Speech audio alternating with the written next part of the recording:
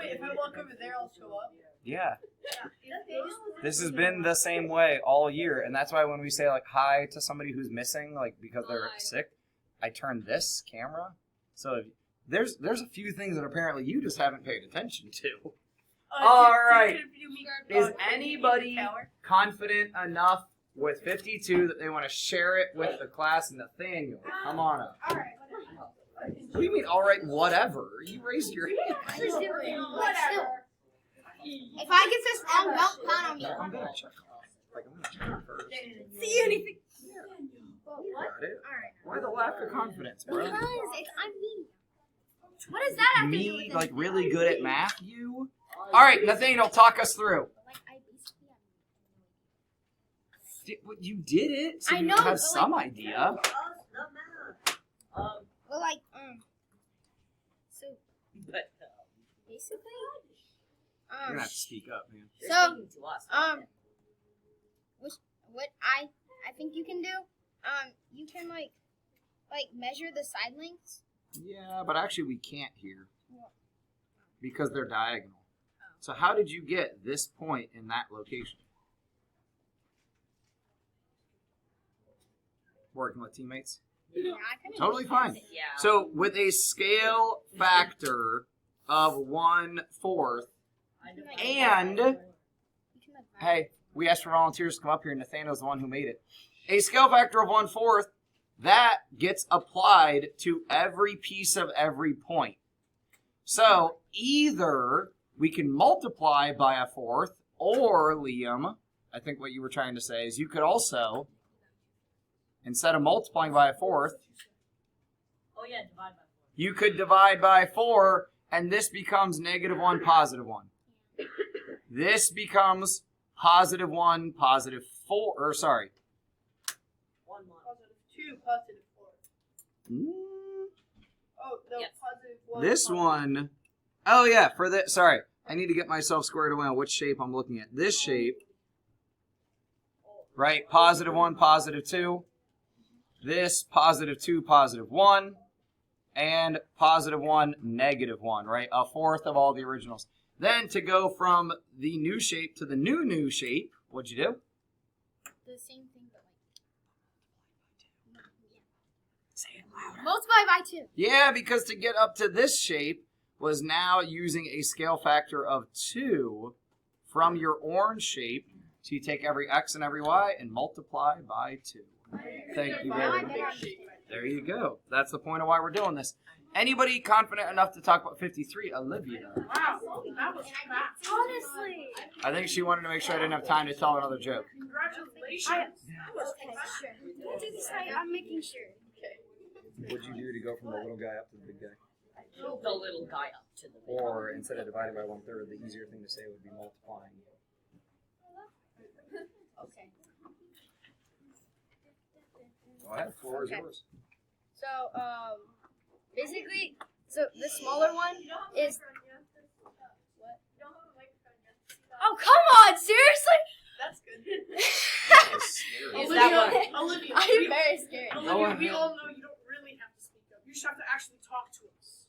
Oh, shush. I'm sorry. I'm just going to hang out. So, with you guys. I'm waiting to go outside. The smaller shape is the original points, and all I did was I divided by 1/3, or was it multiply by 3, and or multiply by 3. So there are always two options, guys.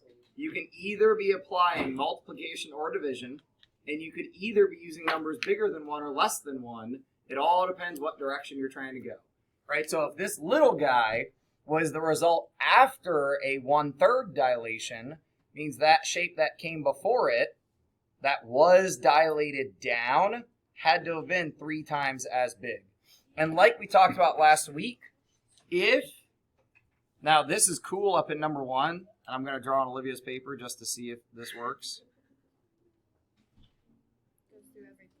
Goes through every point and back to the origin, right? So if we did this right, we should be able to do nice straight lines. Now wait a minute. Here, through. Oh, because my dilated points are on that edge. There's really no new line to draw. So here I'd have these 2 lines. Here we can do it from the middle and make it look like it's like exploding out from the origin. So you can start to do kind of some cool math with that stuff too. Cool math games. All right, cool math games.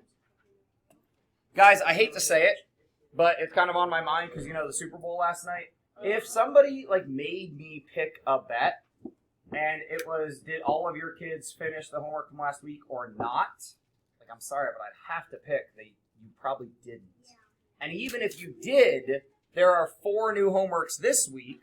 So once you have those problems done that we just did, and once you know that you have finished Marcellus the Giant, which I think only a couple of us hadn't got it started last week, then make sure you did some work on 2-1, 2-2, and mentally check, because 2-1, some of you guys might forget about, because it's from Thursday last week, it might be buried in your binder. Check on those. Then pick up all 4 of those back there. Put your name on everything. Jacob. Literally.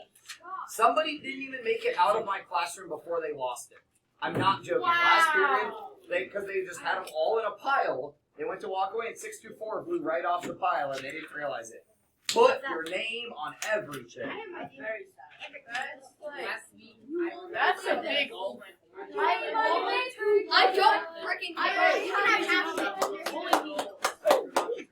Oh, options. Options. Hey, quiet, because then the rest of the time is yours. Options. The courtyard can house about 4 to 6 people. Right, that's right off the family room.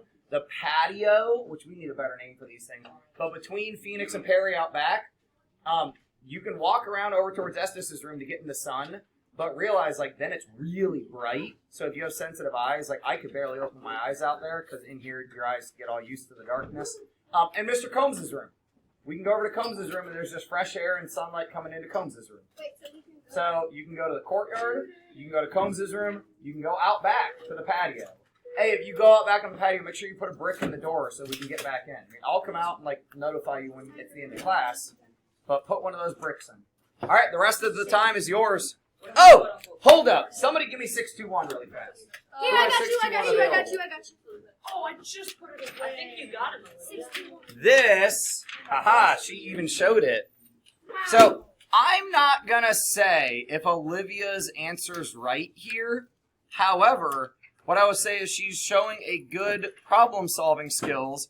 Guys, these problems, how CPM wants to give it to you is copy this onto graph paper. So this would have been in the book. You would have copied it onto graph paper. I'm trying to make your life easier and give you a worksheet instead of just always using graph paper. But this graph isn't quite big enough. You might need to extend the graph. Now, I'm not saying what Olivia drew is correct. However, what I'm saying is you are going to have to go past the graph. Wait, can I show? I actually extended my graph. Well, I double check. Did you multiply everything by -2? And if so, then what happened? I just like how Mr. Hudson tosses I it and added Olivia squares. perfectly snatches it out. Here's an example of I multiplied everything here by 3, and then I'd be able to graph it. Yeah, I just added on. As long as you believe that that's correct, yeah. Now, did you need to add on the left side, or did you do that before you realized where your points were going? I multiplied the wrong way. That's why sometimes we should double check the math first before we put too much effort in. Put your name on